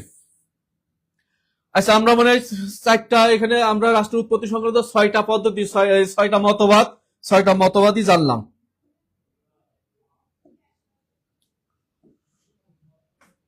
পরবর্তী কোশ্চেন, রাষ্ট্রের বিবর্তনের প্রথম ধাপ কোনটি? এই যে এই কোশ্চেনটা কিন্তু আমরা ওখানে আলোচনা করে আসছি। রাষ্ট্রের অ্যান্সার করেন তো, এটা অ্যান্সার করেন প্রিয় শিক্ষার্থীবৃন্দ, এটা অ্যান্সার করেন তো। রাষ্ট্রের বিবর্তনের প্রথম ধাপ কোনটি? একটু আগে আমি আলোচনা করে আসছি। এটা অ্যান্সার কি হবে? একটা অ্যান্সার করেন, এটা অ্যান্সার করেন। সবাই বেশি বেশি শেয়ার করেন, সবাই বেশি বেশি শেয়ার করেন। আশা করা যায় সবাই উপকৃত হবে। একটু বেশি বেশি শেয়ার করি আমরা। আর যেহেতু বেশি শেয়ারকারীকে টি শার্ট গিফট দেওয়া হবে, আমরা শেয়ার করি সবাই। পরিবার, পরিবার, পরিবার। নেক্সট। হ্যাঁ, তাহলে আমরা পরেরটাই যাই। এখানে তাহলে অ্যান্সার কি হবে? পরিবার অ্যান্সার হবে। যে রাষ্ট্রের বিবর্তনের প্রথম ধাপ কোনটি? পরিবার। পরিবারের পরে গোত্র, গোত্রের পরে সম্প্রদায়, তারপর সমাজ, তারপর রাষ্ট্র। পরবর্তী কোশ্চেন কি? ভারতীয় সংবিধানের কোন অনুচ্ছেদে নাগরিকত্ব সংক্রান্ত বিধান রয়েছে? নাগরিকত্ব সংক্রান্ত বিধান আছে ভারতীয় সংবিধানের কোন অনুচ্ছেদে, তাই না?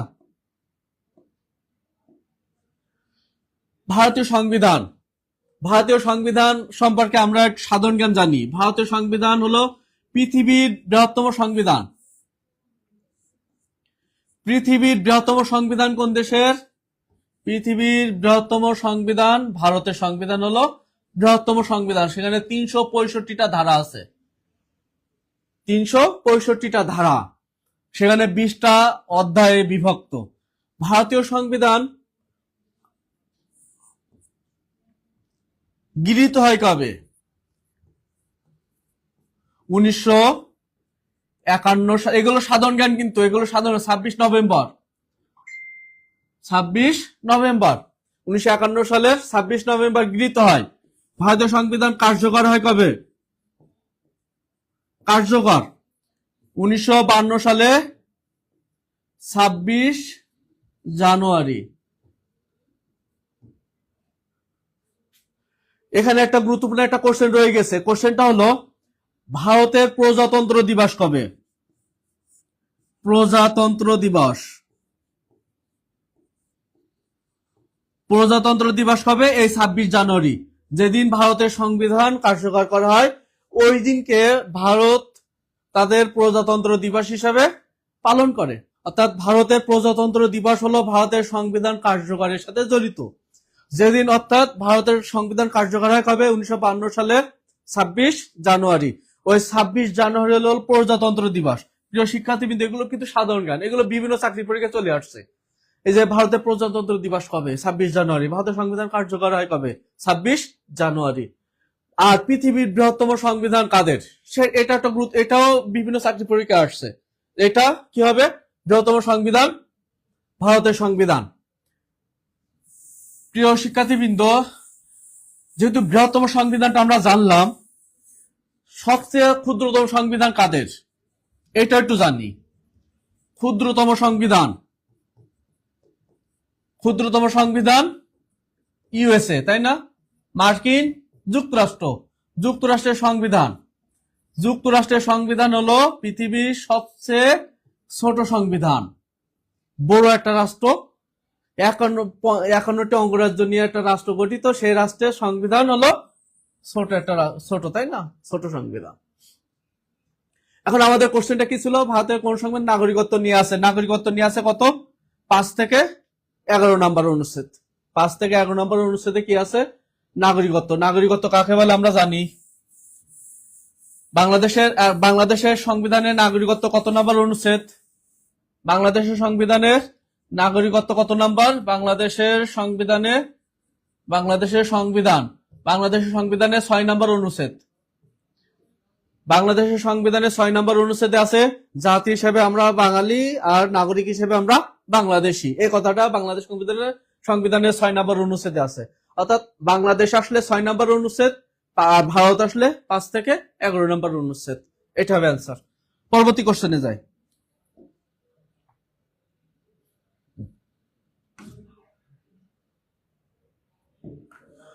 নাগরিকের মৌলিক কর্তব্য কোন অনুচ্ছেদে আছে? নাগরিকের মৌলিক কর্তব্য 32 নম্বর অনুচ্ছেদে কি? জীবন ও ব্যক্তি স্বাধীনতা।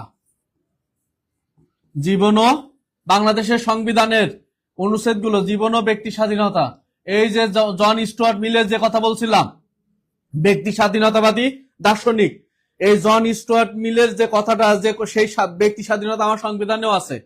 আমার সংবিধানের 32 নম্বরে আছে কি? জীবন ও ব্যক্তি স্বাধীনতা। অর্থাৎ বাংলাদেশের প্রত্যেক নাগরিকের জীবন রক্ষা এবং ব্যক্তি স্বাধীনতা এই রক্ষা করার অধিকার তার আছে, এবং রাষ্ট্র কখনো এই জায়গা থেকে কোনো ব্যক্তির এই অধিকার যাতে লঙ্ঘন না হয়, রাষ্ট্র সেখানে তৎপর থাকবে। তারপর 51 নম্বর অনুচ্ছেদ আছে রাষ্ট্রপতির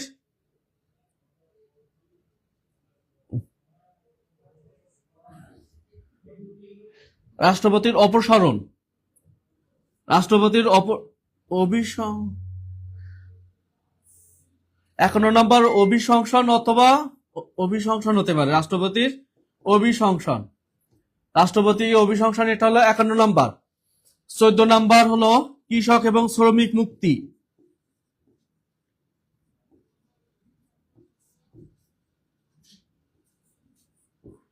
অর্থাৎ প্রজাতন্ত্রে যারা শ্রমিক থাকবে, যারা কৃষক থাকবে, যারা অনগ্রসর অংশ থাকবে, এখানে 3টা জিনিস আছে। 3টা একেবারে স্পেসিফিক ভাবে সংবিধান বলে দিছে যে কৃষক, শ্রমিক এবং অনগ্রসর অংশ, এই অংশ যাতে কেউ শোষণ না করে, এই অংশ শোষণ যাতে কেউ না করে তার জন্য রাষ্ট্র প্রচেষ্টা করবে, রাষ্ট্র প্রয়োজনীয় ব্যবস্থা গ্রহণ করবে।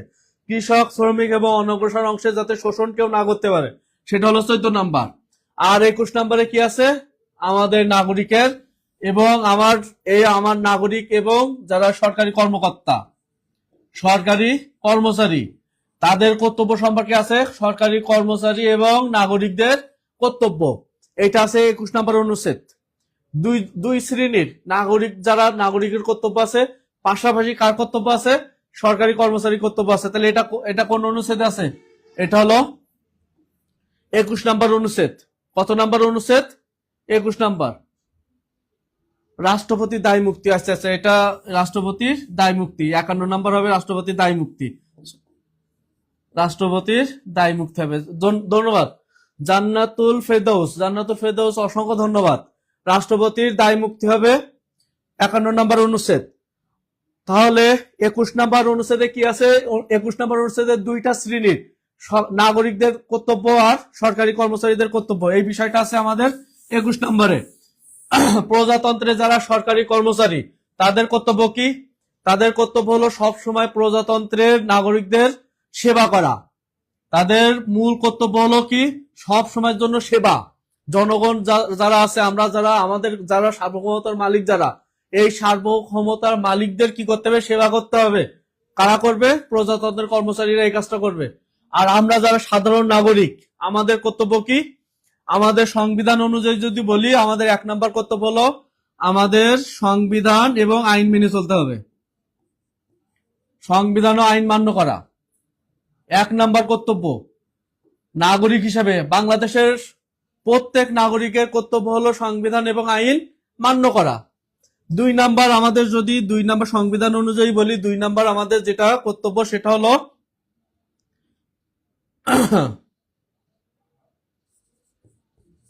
জাতীয় সম্পদ রক্ষা করা। প্রজাতন্ত্রে যে জাতীয় সরকারি যে সম্পত্তি আছে, সরকারি সম্পত্তি কি করতে হবে? রক্ষা করতে হবে। 3 নম্বর হলো নাগরিক দায়িত্ব পালন করা।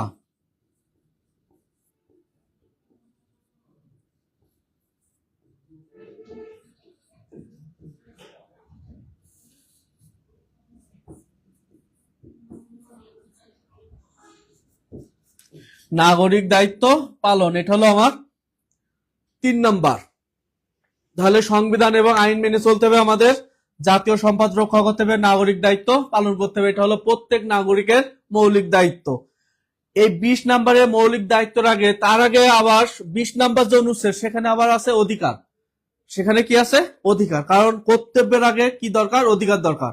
যদি তোমার বা আমার বা আমাদের রাষ্ট্র যদি আমাদের প্রতি কোনো অধিকার না দেয়, রাষ্ট্র যদি আমাদের কোনো অধিকার প্রদান না করে, তাহলে তুমি আমি আমরা কি করব না? রাষ্ট্রের প্রতি কোনো কর্তব্য পালন করব না।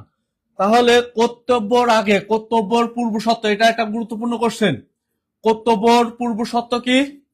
কর্তব্যর পূর্ব শর্ত হলো অধিকার ভোগ। অধিকার ভোগ, অর্থাৎ অধিকার ভোগ করতে পারলে তখন আমি কর্তব্য পালন করব। যদি আমি অধিকার ভোগ না করতে পারি, আমি কারোর প্রতি কর্তব্য পালনে বাধ্য নই। তাহলে আমার আগে যদি আমার পিতা, আমরা সাধারণত এভাবে আমি উদাহরণ দিই আর কি, আমাদের সমাজে দেখা যায় যে যে ছেলে মেয়েদেরকে পিতামাতা সম্পদের ভাগ দেয় না, ওই সন্তান মনে করে যে আমার বাবার প্রতি আমার কোনো কর্তব্য নেই, যেহেতু তার সেখান থেকে আমি কোনো অধিকার পাইলাম না তার সম্পত্তি থেকে। এই জন্য আমাদের সমাজের বাচ্চারা যেটা করে থাকে, যে তার পিতামাতার প্রতি তারা কর্তব্য পালন করতে চায় না। অর্থাৎ তার যুক্তি হলো আমি অধিকার যেহেতু ভোগ করতে পারি নাই, আমার কর্তব্য নাই। অর্থাৎ অধিকার পালনে, অধিকার ভোগের কর্তব্যের পূর্ব শর্ত হলো অধিকার ভোগ। এটা আমরা একটু মনে রাখবো, এটা আমাদের বিভিন্ন জায়গায় চলে আসতে পারে। প্রিয় শিক্ষার্থীবৃন্দ, আমরা পরবর্তী কোশ্চেনে চলে যাই।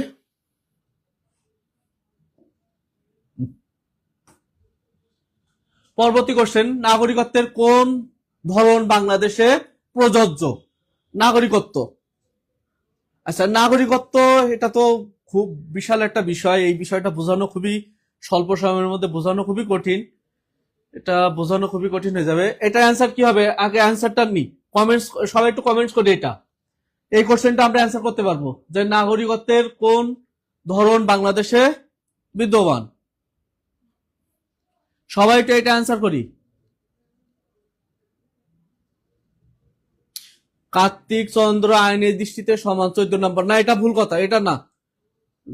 জীবনের ব্যক্তি স্বাধীনতা, এগুলো না, এগুলো ভুল হয়ে যাচ্ছে। এটা আইনের দৃষ্টিতে সকলে সমান, এটা হলো আমাদের 27 নাম্বার। আর জীবনের ব্যক্তি স্বাধীনতা এরকম কোনো তো নাই, এরকম কোনো অনুচ্ছেদ নাই আমাদের। আচ্ছা, কার্তিক চন্দ্র 15-র অ্যান্সার হবে খ নাম্বার। 15-র জন্মগত নাগরিকত্ব। আরো অ্যান্সার করেন, আরো অনেক অ্যান্সার করেন। বাংলাদেশের নাগরিক হতে গেলে আমাদের এর মধ্যে থেকে কোনটা লাগবে? যৌথ নাগরিকত্ব নাকি জন্মগত নাগরিকত্ব? আচ্ছা, নাগরিকত্ব কাকে বলে? এটা একবার একটু বলে দিই। নাগরিক হলো রাষ্ট্রের স্থায়ীভাবে বসবাসকারী, রাষ্ট্রের প্রতি আনুগত্য পোষণকারী এবং রাষ্ট্র প্রদত্ত সুযোগ ভোগকারী এমন জনসমষ্টি যারা, আবার বলি, নাগরিক হলো রাষ্ট্রের স্থায়ীভাবে বসবাস এমন জনসমষ্টিকে বোঝায় যারা রাষ্ট্রপতি আনুগত্য পোষণ করে এবং রাষ্ট্রের সুযোগ সুবিধা ভোগ করার বিনিময়ে রাষ্ট্রপতি কর্তব্য পালন করে। অর্থাৎ নাগরিক হতে গেলে তাকে 4টা জিনিস থাকা লাগে। নাগরিক হতে গেলে 1 নাম্বার হলো স্থায়ীভাবে বসবাস করা লাগে রাষ্ট্রে, স্থায়ীভাবে বসবাস, স্থায়ীভাবে বসবাস। 2 নাম্বার হলো রাষ্ট্রের প্রতি আনুগত্য প্রকাশ, রাষ্ট্রের প্রতি আনুগত্য প্রকাশ। নাগরিক হতে গেলে তাকে কি করতে হবে? ধরো আমি বাংলাদেশের নাগরিকত্ব নিতে চাচ্ছি, তাহলে বাংলাদেশে স্থায়ীভাবে বসবাস করতে হবে, বাংলাদেশ রাষ্ট্রের প্রতি আমার আনুগত্য থাকা লাগবে। 3 নাম্বার অধিকার ভোগ, আর 4 নাম্বার হলো কর্তব্য পালন।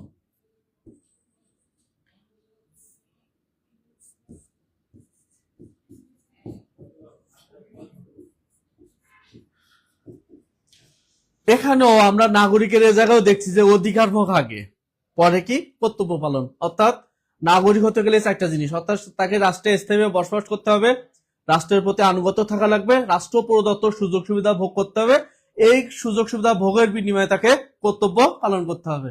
এখন আমাদের যে কোশ্চেনটা ছিল, কোশ্চেনটা কি? আমাদের কোশ্চেনটা ছিল যে বাংলাদেশের নাগরিকত্বের ধরন, নাগরিকত্ব অর্জনের উপায় হলো 2টা। একটা হলো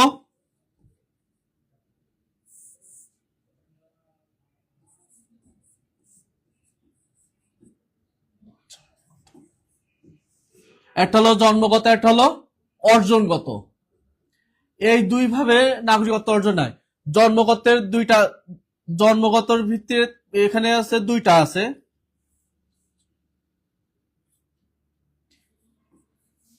জন্মনীতি একটা, এখানে জন্মনীতির হলো দুইটা, একটা হলো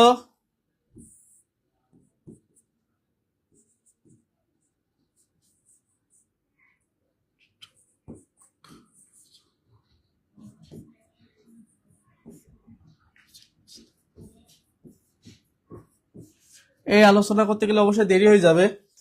একটা হলো জন্মনীতি, জন্মনীতির দুইটা, একটা হলো জন্মগত, একটা হলো জন্মস্থান। জন্মগত হলো পিতামাতা যে দেশের নাগরিক হবে, জন্মগত কথাটা হলো পিতামাতা যে দেশের নাগরিক হবে, সন্তান অন্য কোনো দেশের জন্মগ্রহণ করলেও সে ওই দেশের নাগরিক হবে।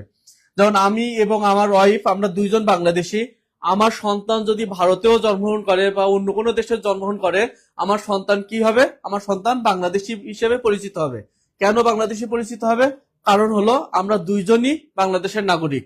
অর্থাৎ পিতামাতা যদি বাংলাদেশের নাগরিক হয়, সন্তান অন্য দেশে জন্মগ্রহণ করলেও সে বাংলাদেশের নাগরিকত্ব পাবে। আর হলো জন্মস্থান। জন্মস্থান হলো বাবা মা কোন দেশের নাগরিক ওটা বিষয় না, শিশু যে জায়গায় জন্মগ্রহণ করবে সে সেই দেশের নাগরিক হবে।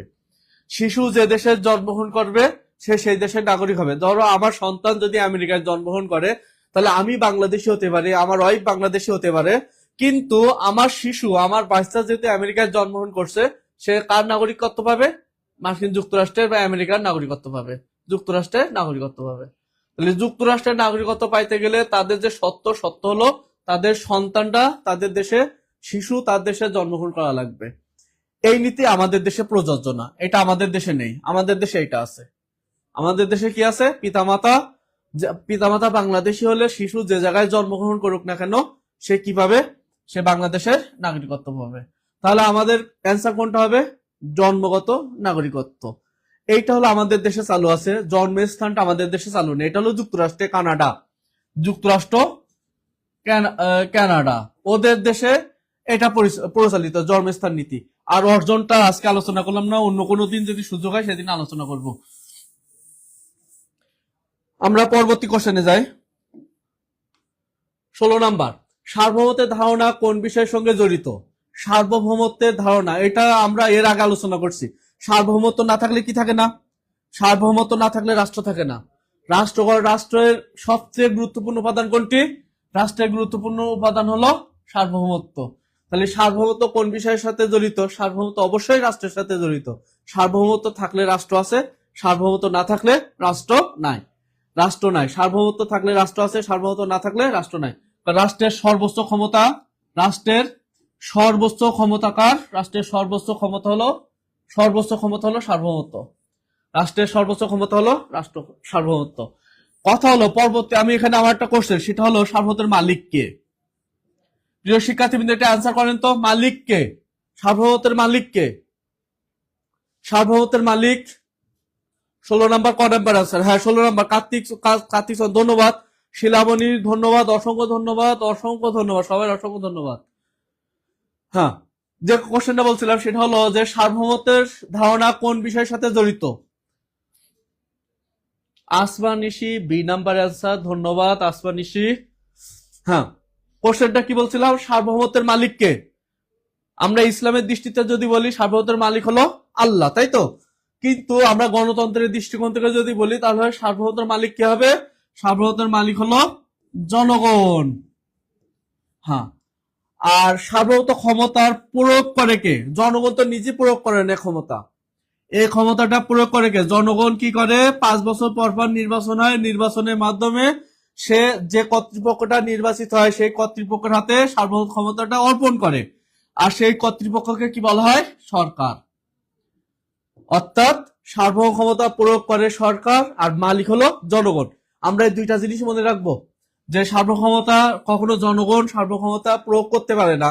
তার কাছে ক্ষমতা আছে, সে কি করে? 5 বছর পর নির্বাচন হয়, 4 বছর পর, যে দেশে 4 বছর সিস্টেম সে দেশে 4 বছর পর নির্বাচন হবে বা 5 বছর পর নির্বাচন হবে, নতুন যে সরকার গঠন হবে, জনগণ কি করবে? তার সার্বক্ষমতাটা সেই সরকারের হাতে ন্যস্ত করবে এবং ওই সরকার সার্বভৌমতার বলে বলিয়ান হয়ে সে কি করবে, সে রাষ্ট্রের জন্য প্রয়োজনীয় আদেশ বা আইন জারি করবে।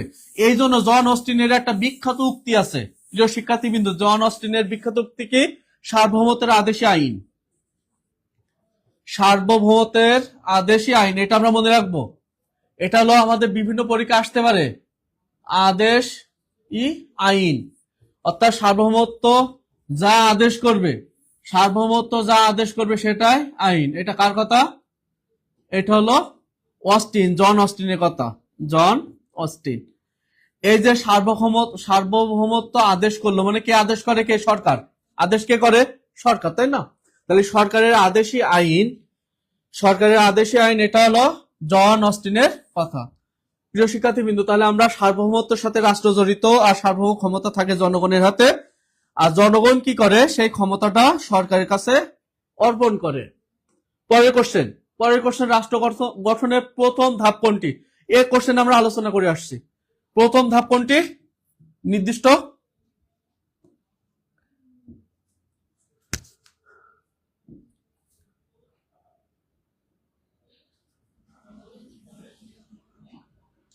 সার্বভৌমত্বের মালিক জনগণ। হ্যাঁ হ্যাঁ, কেয়ার ধন্যবাদ। সোহাগ হোসেন জনগণ, হ্যাঁ, সার্বভৌমত্বের মালিক জনগণ।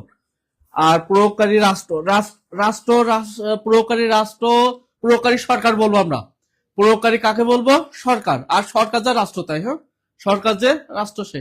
সার্বভৌমত্বের আদেশী আইন, এটা হলো জন অস্টিনের কথা। হ্যাঁ, ধন্যবাদ কার্তিক চন্দ্র, ধন্যবাদ। পরের কোশ্চেন, সার্বভৌমত্ব কোন বিষয়ের সাথে জড়িত আছে? এটা তো আলোচনা করছি আমরা।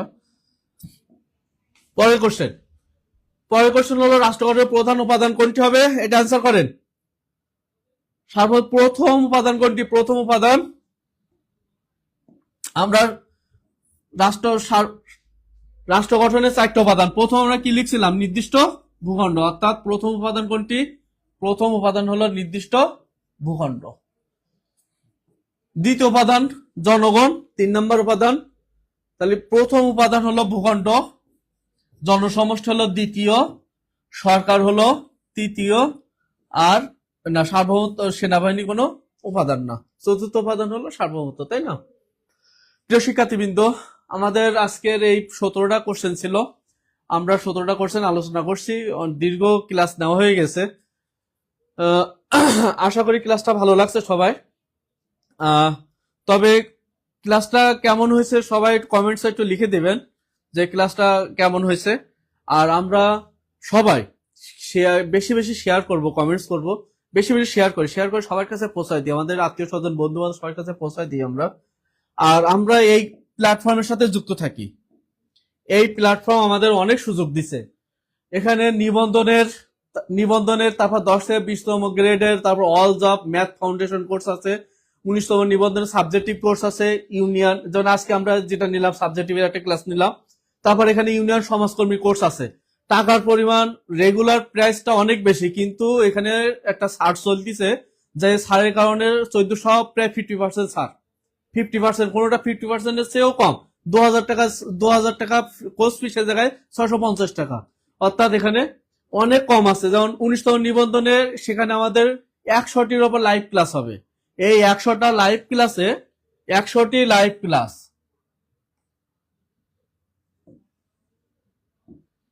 100টি লাইভ ক্লাস,